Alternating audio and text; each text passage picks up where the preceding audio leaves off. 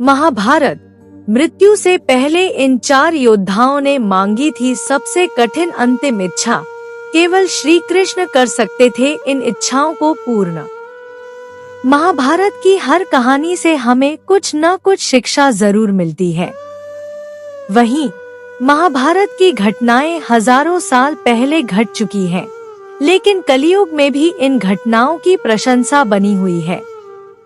आप नीति, अनीति, न्याय, अन्याय, अच्छे बुरे जैसी कई बातें इन कहानियों में देख सकते हैं।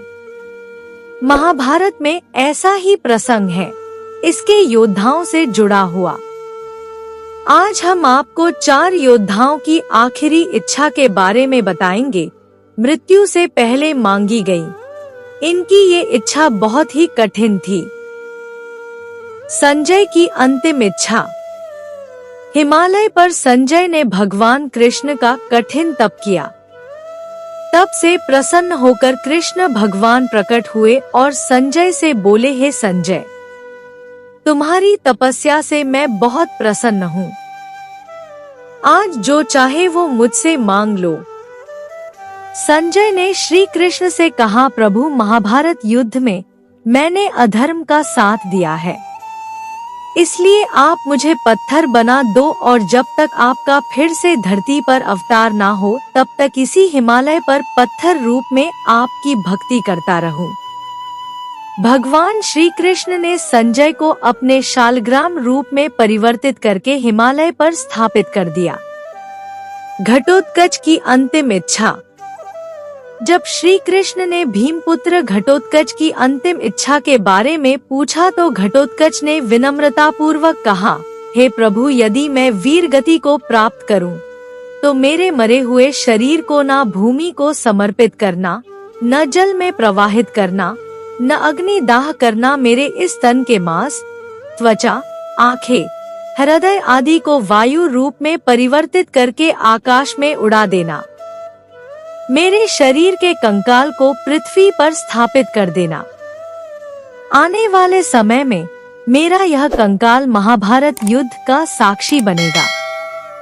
श्री कृष्ण ने घटोत्कच की मृत्यु के बाद उनकी अंतिम इच्छा पूरी की थी। विदुर की अंतिम इच्छा।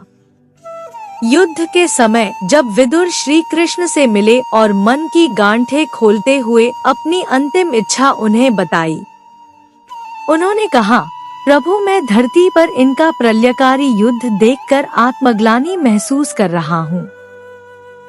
मेरी मृत्यु के पश्चात में अपने शव का एक अंश भी यहाँ छोड़ना नहीं चाहता, इसलिए आप मेरे शरीर को न दफनाएं या जलाएं, बल्कि शरीर को सुदर्शन चक्र में परिवर्तित कर दें।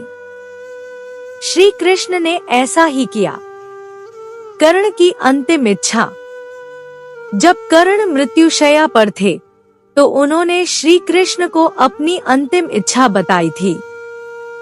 कर्ण ने यह मांगा कि अगले जन्म में कृष्ण उन्हीं के राज्य में जन्म ले, और दूसरी इच्छा में उन्होंने कृष्ण से कहा कि उनका अंतिम संस्कार ऐसे स्थान पर होना चाहिए जहां कोई पाप ना हो।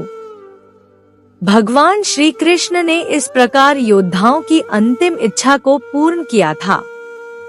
आशा करती हूँ यह वीडियो आप लोगों को अच्छी लगी होगी। अच्छी लगे तो लाइक करें, अपने दोस्तों के साथ शेयर करें, मेरे चैनल को सब्सक्राइब करें और कमेंट में जय श्री कृष्णा अवश्य लिखें।